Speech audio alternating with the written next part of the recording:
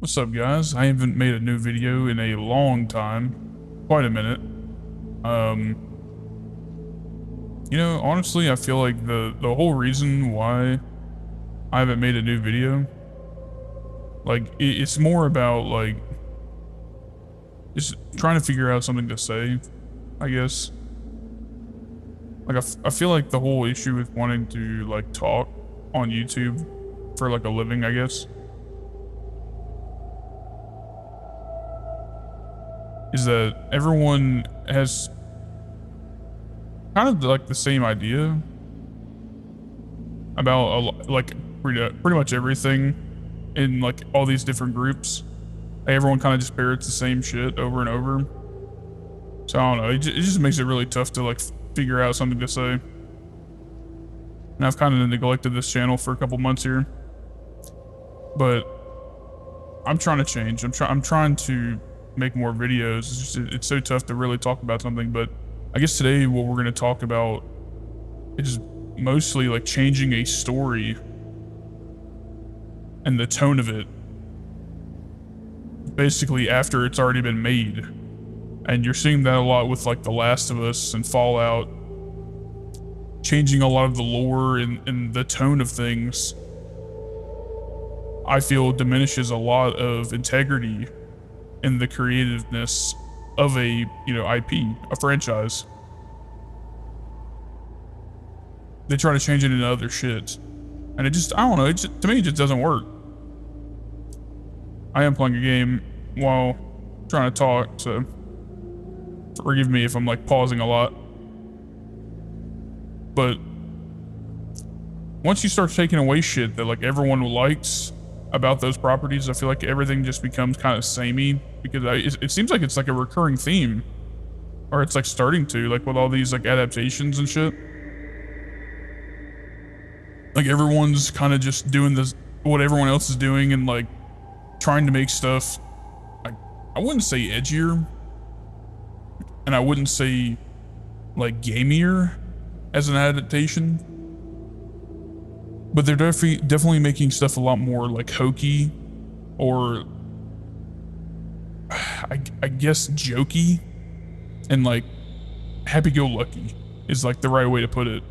I think it's strange how like every franchise is starting to do that. I don't understand why everyone wants this, like, every property to be like a joke. Like, why is everything have to be some like light-hearted, comedy centric, atmospheric, or not atmospheric, but just like the way the world is, everything's jokey in these worlds, when like their counterparts are entirely like edgy and sometimes even nihilistic. Like, I feel like the whole point of The Last of Us Part 2 was because everything was kind of like, in vain.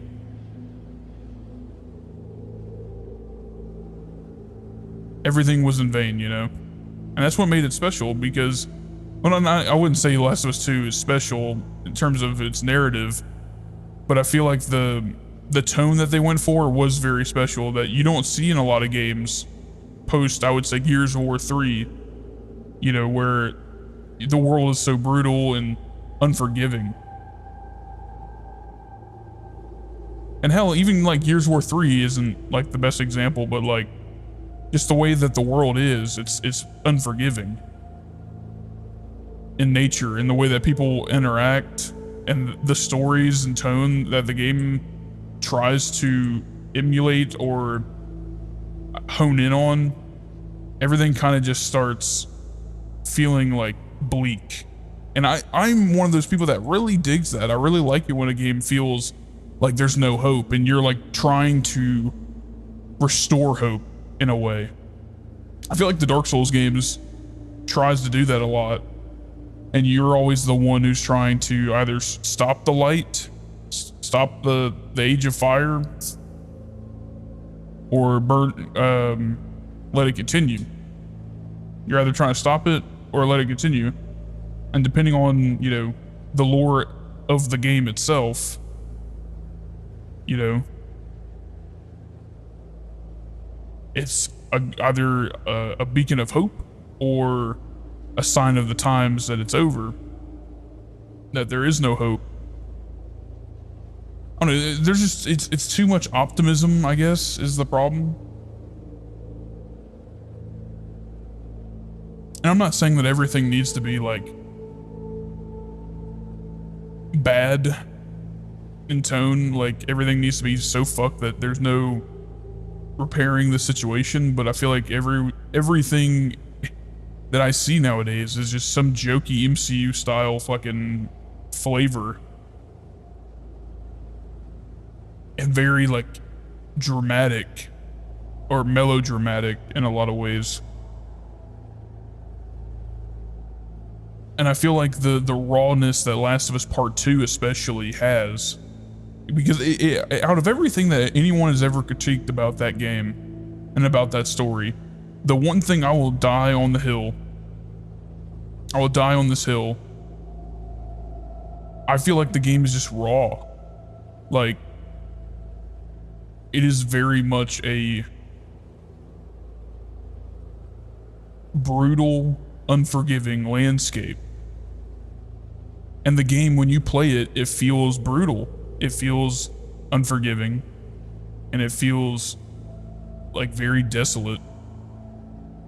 It's kind of like the Thing. I always go back to John Carpenter's The Thing.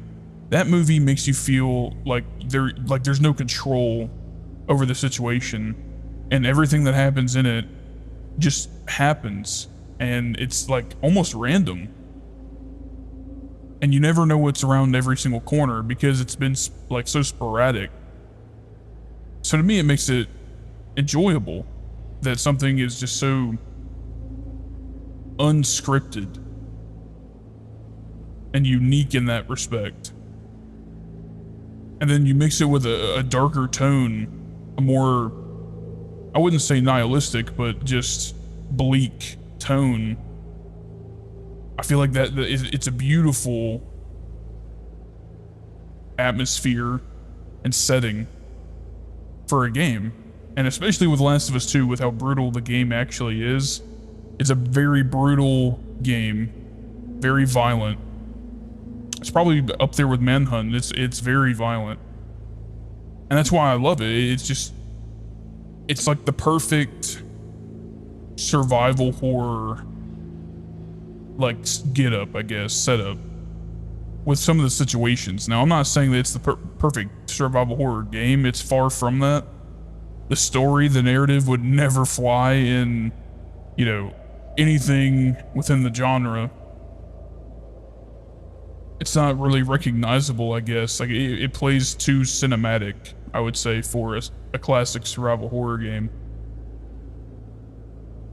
But I think what it gets right is that the narrative and what happens in it, all the plot points, the one thing it undoubtedly does is follow through with the unforgiving nature of humanity.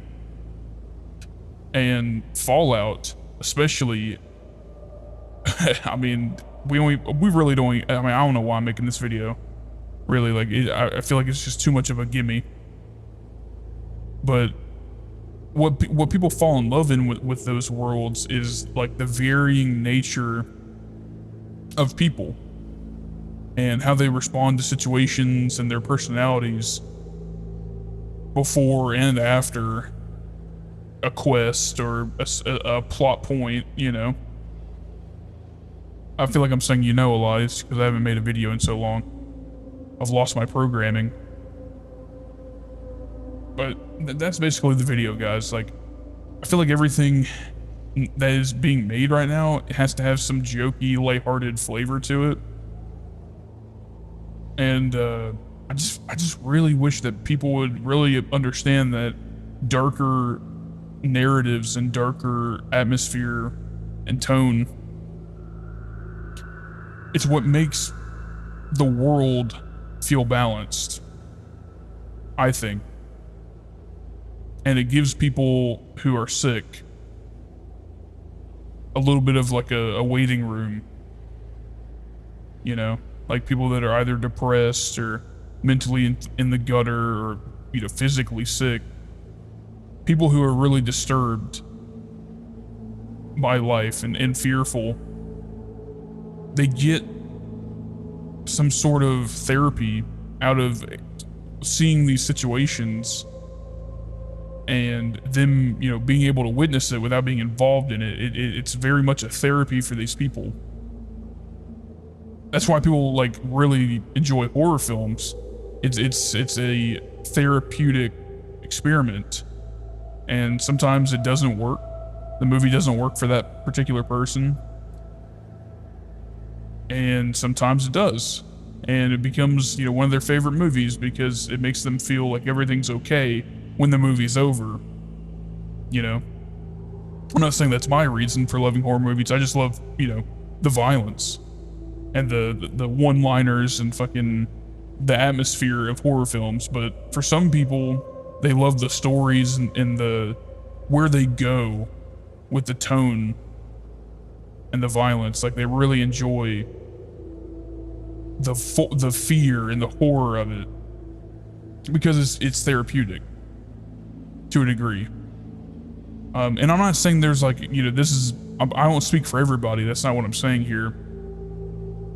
But that's how people subconsciously, that's how they use horror films a lot to get through their weeks or days, you know. And along with the rest of us, who just genuinely love horror films and enjoy watching them, not because you know, the darker plots or nothing, but we just genuinely like the edgier, you know, they genuinely love the edgier stuff about them. And I feel like lighthearted stuff doesn't really scratch that itch. I don't mean to get like, you know, Freudian on you, like psychological on you, but I've talked to a lot of people about horror films and why they watch them, and the biggest thing that like they never actually said, but it's kind of what I got from them, was that these movies and the darker tones and the edgier stuff, it doesn't even have to be horror, it could be like just edgier, darker, you know, stuff. It allows them a way to talk about the ways, the darkness of the actual, you know, real world, and allows them to interact with that and be okay with it. And see from all points, you know, because like what happens with a villain, right? Like a villain in a story, eventually you get their reasoning and why they do what they do. And it's very much like the real world. Some people don't have a reason, but a large majority of people, when they do things, they usually have a reason, especially if they do villainous stuff. They usually have a reason, and stories allow us to dive into those reasons why people do what they do. If it's villainous, if it's edgier, you know? And that, yes, nuance of reality versus fiction allows us to cope with the world, you know? Hopefully this video wasn't in vain. Hopefully, like, this perspective kind of helps people and opens their eyes to like why people like edgier stuff and why it deserves to exist and not be completely stripped of everything that people, you know, that love that, you know, it shouldn't be destroyed. It shouldn't be tampered with. And this isn't like the biggest issue with changing The Last of Us 2 or Fallout, you know, changing these pre-established franchises, kind of the vibe and atmosphere that they have. That's not the biggest issue, but this is just one aspect that I feel that plays into the theme of this channel. To get into it for a couple minutes,